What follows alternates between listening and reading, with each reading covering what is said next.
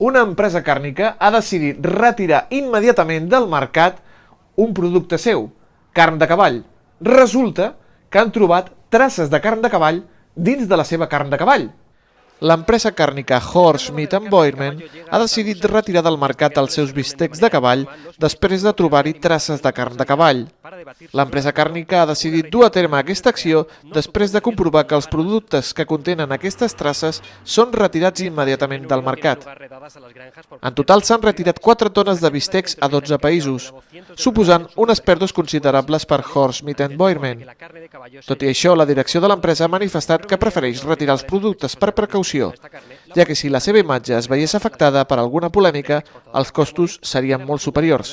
Bueno, pues vam veure que hi havia traces de carn de cavall en els bistecs de cavall i vam dir, escolta tu, ara tothom està com obsessionat, no?, amb que si trobem traces de carn de cavall en el menjar els hem de retirar, i nosaltres vam dir, abans que se'ns llenci la gent a sobre, retirem-ho, estudiem-ho amb calma i si cal ja ho tornarem a treure, no?